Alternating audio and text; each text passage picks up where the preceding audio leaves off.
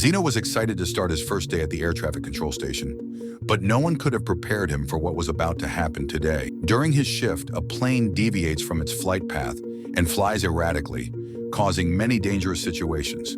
The events of that day will leave a lasting impact on all those involved. Zeno couldn't handle just watching without being able to help, so he looked at the route the aircraft had flown one more time. But why was the plane flying like that?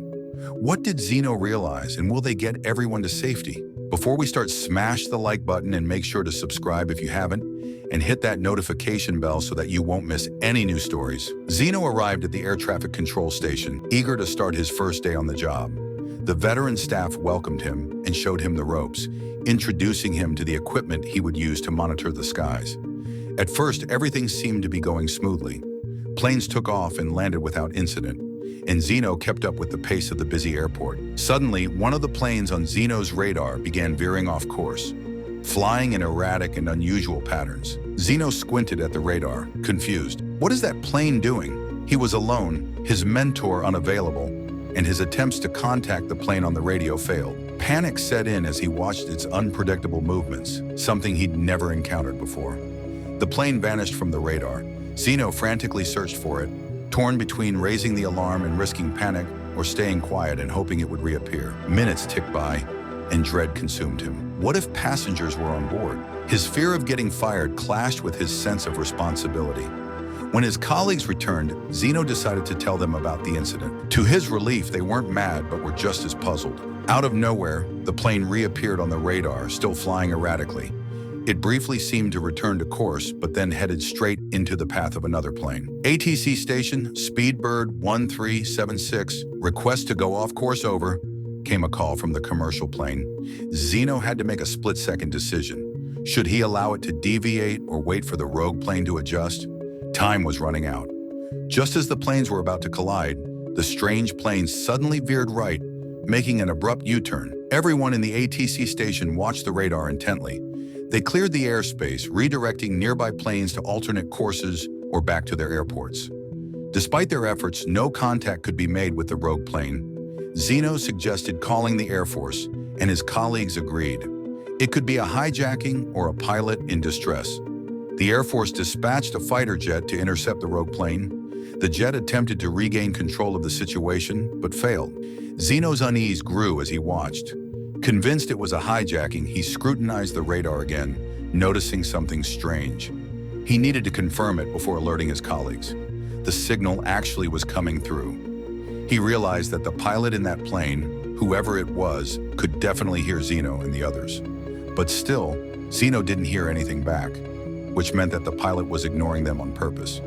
Usually, this could only mean one thing. In the meantime, Zeno's colleagues had found out that luckily, there were no passengers on this plane, which made it easier for them to make a decision about their next steps.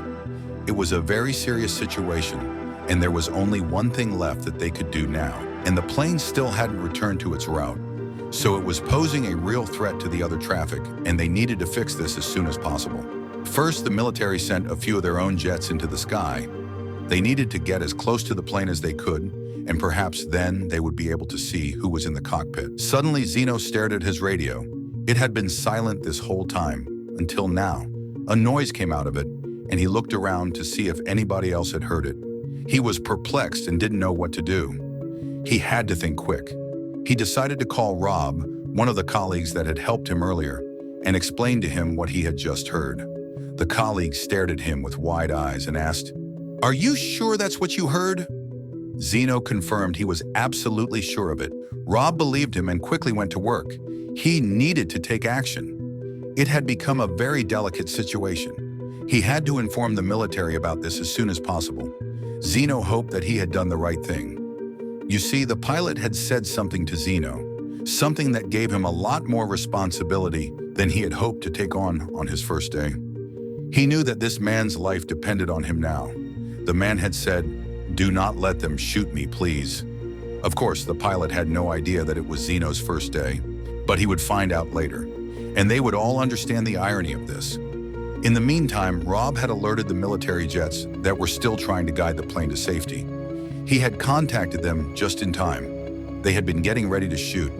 He knew that the plane was not actually hijacked, After Zeno told him what he had heard on the radio, he knew exactly what to do. You see, Rob had figured out what was going on. He had checked the database to see which pilot had been assigned to this specific flight, and he recognized the name. And he also noticed that this flight had been requested by that pilot himself. But he couldn't be completely sure of it until he checked the radar. When he saw the shape of the route that the plane had flown, he burst out laughing. He did everything he could to help this pilot land safely. Sure, he had been very stupid and irresponsible, but that didn't mean that he deserved to get shot by the military. Rob explained to the military pilots that this plane was not hijacked and it would land soon. He went back to Zeno's desk and grabbed the microphone. "John, get your ass down here now. You are putting your own life in danger for this stupid joke." Zeno held his breath. Luckily, Pilot John listened to him and obeyed the order. Only then did the military jets finally slow down, but they did not leave yet. The plane slowly turned around and flew back to the airport where it came from. It had clearly completed the flight path it had wanted to take. The landing was actually still making a lot of people on the ground nervous. A pilot who could be capable of something so stupid. Everybody on the ground was waiting for the door to the airplane to open and for John to come out with his hands in the air. People that had stayed behind in the air traffic control tower were able to use binoculars to get a faint look into the cockpit, where they just saw John slumped over with his head in his hands. All while his co-pilot was clearly talking or even shouting at him very angrily. The police soon had enough and used a megaphone to demand that John come out now if he did not want to make the whole situation worse for himself. After that, John and the co-pilot quickly made their way to the exit.